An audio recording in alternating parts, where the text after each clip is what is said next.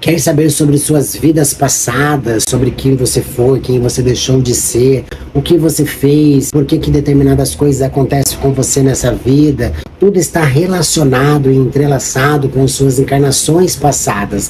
As suas encarnações passadas refletem na sua vida hoje. Se você entender o que você fez, deixou de fazer nas suas encarnações passadas, você vai saber exatamente a direção que você tem que seguir para você ser feliz e próspero na sua vida. Pode saber aí todas as suas restrições alimentares, a lista de entidades da parte de trabalho, da parte de coroa, das linhas pactuais com quem você fez pacto na primeira encarnação, o que você vem arrastando e protelando, o que essa linha pactual te cobra. Saiba que tudo isso, quando você vem para esse lado, você tem o direito de recomeçar. Existem caminhos que você pode trilhar e caminhos que você pode recomeçar. Existem formas incríveis que você pode fazer trocas.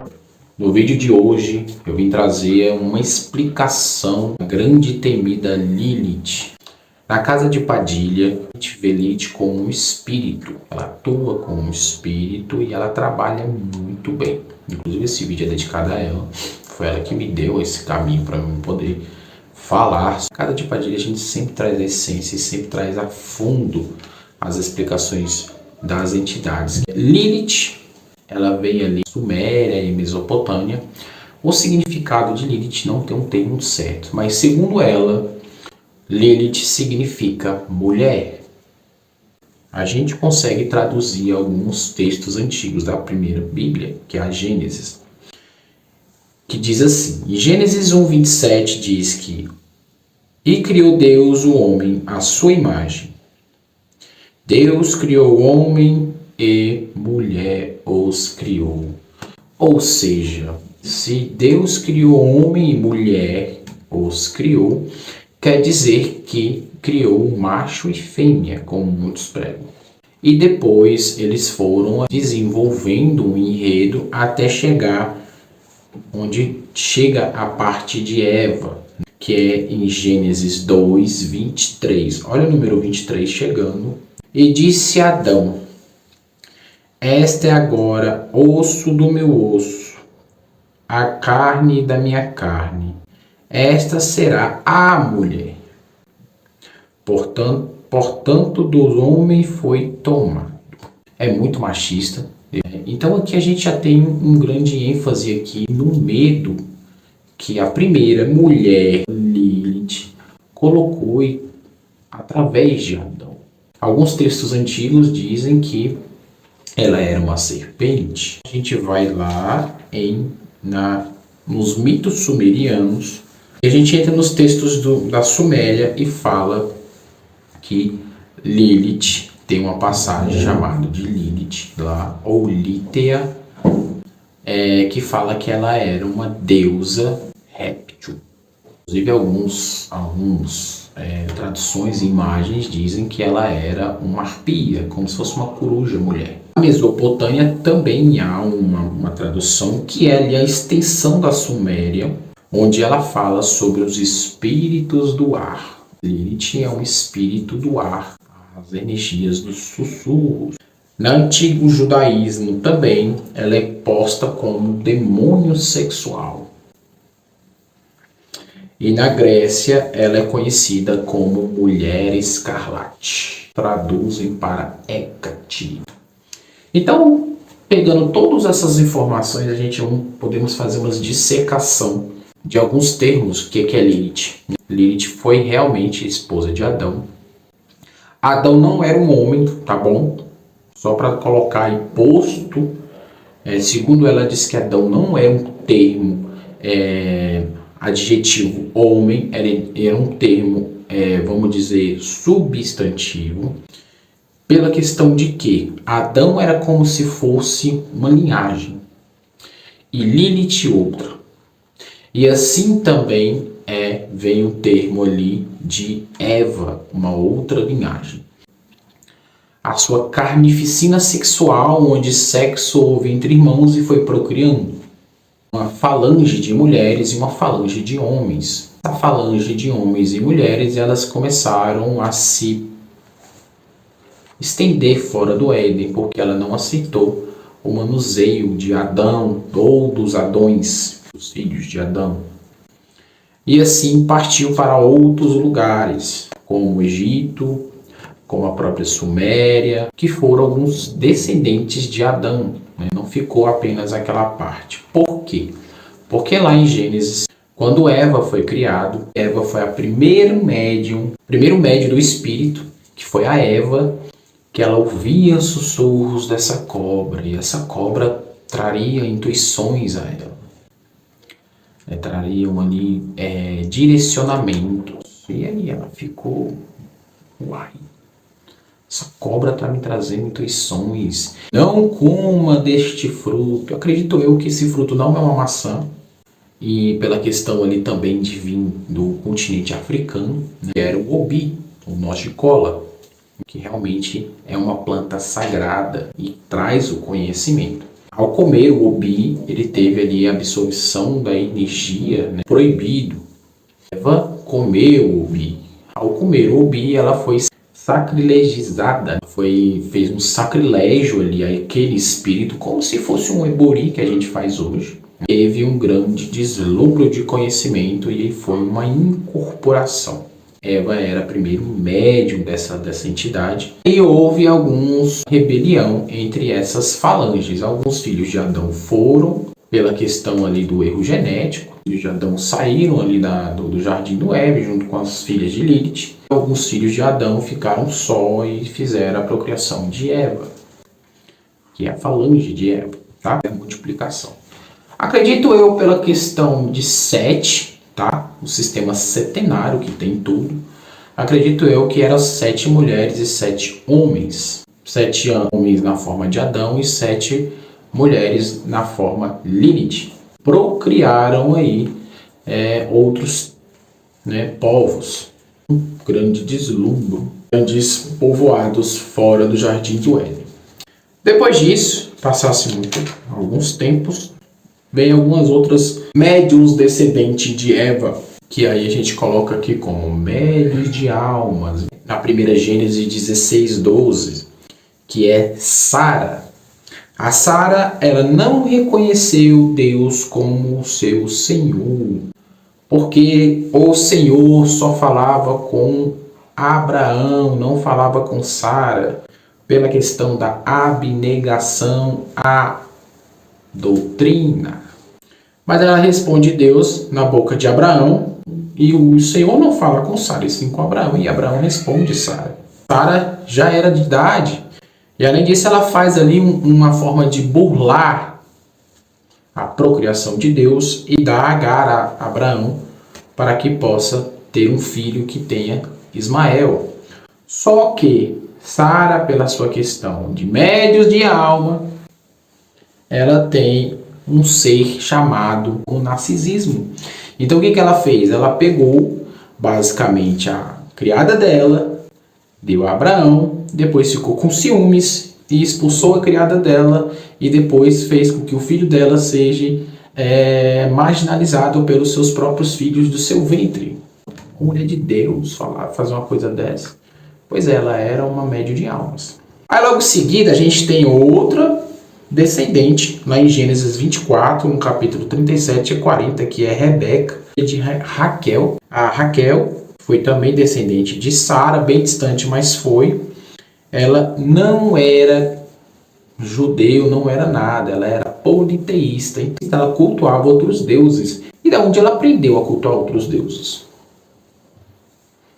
Dos seus antepassados, que aí vem daquelas falanges lá dos 7. Vem a Raquel dos seus antepassados e também vem Rebeca, que também cultuava vários deuses. Uma coisa que os médios de almas têm é uma beleza diferente, natural, uma beleza assim que chama a atenção.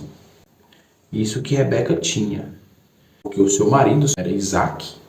Ele pagou um dos maiores dotes da história, que foi não sei quantos camelos, não sei quanto peso em ouro de Rebeca para poder ter Rebeca.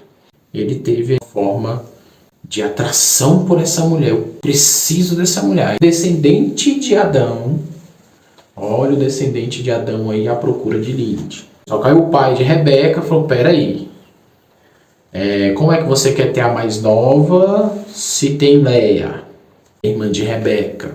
Vai casar primeiro com Leia, depois você vai ter Rebeca. Tomou as duas irmãs, onde ele fez a linhagem. Aí a gente também tem a mulher de Jó. Ela via Jó conversando só e falou, Jó, quem é esse Deus que você fala que eu não conheço? A gente questionou Jó. Jó expulsou porque tinha perdido tudo. Uma vantagem que os médios de almas têm é que eles têm os pés no chão. Quando se fala em questão de fé, eles questionam muito dessa forma. Que vem dos seus antepassados. Aí temos a forma pejorativa na Bíblia, que é ali as rainhas das almas. Rainha das almas, ela tem alguns nomes. Uma primeira delas são a esposa de Potifar, que teve do profeta, mas que era uma cultura da época em que os egípcios compartilhavam suas mulheres com seus amigos e os amigos compartilhavam homens com suas mulheres. Uma coisa cultural. Respeitou da cultura para poder fazer com que aquele profeta tivesse uma evolução. Aí temos também Dalila. Dalila, que era basicamente uma meretriz, uma prostituta. Teve um caso ali com Sansão na primeira Juízes 16:4. E ela traiu esse homem por excesso de nervosismo. Sansão era um homem bem tóxico. Temos Jezebel. Não, Jezebel não. Você vai falar que Jezebel era boa. Jezebel não era boa. Mas se você colocar vamos trazer as coisas para a cultura, tá? Se você colocar a cultura dos reis antigamente, eles matavam qualquer pessoa.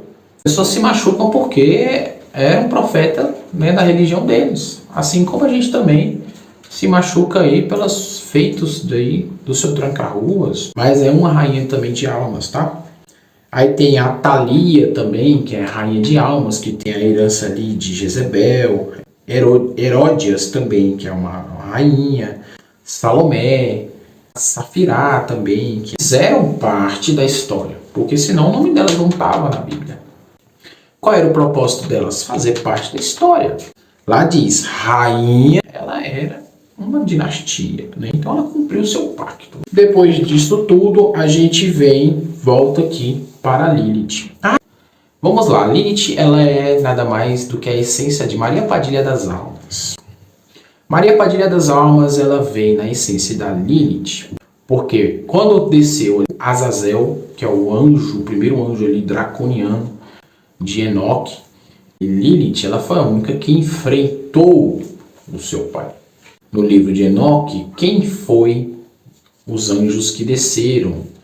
Foram 7, Uriel, Samael, Miguel, Gabriel, para colocar ordem. Aqui aí tem o 7 de novo, sistema setenário, tá? Então quem é o pai de Lilith? Gabriel. Eu falo pai pela questão ali. Quem é o pai de Lilith é Gabriel. Segundo a Torá, na mitologia judaica, no Jardim do Éden existe uma árvore chamada Árvore das Almas, que floresce e produz novas almas que caem do Gruf, que é um etéreo criador. O tesouro das almas. Gabriel chega ao tesouro, pega a primeira alma que está em sua mão e desce para Gama Gabriel, que desce para Lilith. E aí entra Malkut. Aí a gente entra na Cabala. Gabriel é o grande príncipe regente de Esod. E Esod é a esfera sefirótica dos sonhos e emoções e também da lua, regente ali de toda a lua. Então, se ele é regente da lua, ele é regente da noite. E quem foi que apareceu para Maria? Lucas 1, 26, 28. E Maria foi concebida pelo Espírito Santo, onde ela é virgem. Mas a roupagem é a mesma, só que em forma de anjo. A gente tem Gabriel como regente ali. Gabriel não é um anjo homem e nem mulher. Ele é um andrógeno. Isso é fato. Para quem estuda alta magia, cabala judaica, sabe que os anjos não têm sexo. O lado negro, o lado demoníaco, que entra ali as Sefirot e as Quilofotes, né, que são o inverso ali da cabala, entra os daimons ou os demônios, né? Então a gente pode dizer que o inverso da Sefirot é Sama Gabriel, que é basicamente a roupagem negra de Gabriel, que ele comanda, não que comanda, mas tem o intermédio ali de pai de Lilith. Podemos dizer que quem frustra Lilith é o próprio Gabriel. A essência dele é bem conhecida nos terreiros aí, chamado Imbaré, o regente dos espíritos sexuais. Lilith realmente ela é a Maria Padilha das almas, a essência. Por isso que os médios de almas eles são meio conturbados. A bipolaridade, assim como Sara, ela era uma profane e do nada expulsa a mulher de casa, como Eva, que era feita pela divina e foi lá comer o fruto por curiosidade, assim como Rebeca, sedutora. O feito de Lilith, ou de Maria Padilha das Almas, essa tendência a sempre estar em abnegação com a doutrina. Por isso os médios de almas, eles são complicados. Na Quimbanda, tô esperando você iniciar aqui, hein? Você estudar aqui. Tem que estudar comigo, falar comigo. Se quiser, eu te dou um caminho para você entrar agora de duas formas. Ou você entra como dizimista por no mínimo 17 meses, ou você entra como o parcelamento que eu fiz para outros filhos também, que é 12 vezes de 259. Aí você ganha a proteção da casa e todos os estudos. Aí é por um ano, você fica pagando esse valor sem poder sair. Um compromisso. Se fechar acordo comigo, você começa a estudar amanhã já.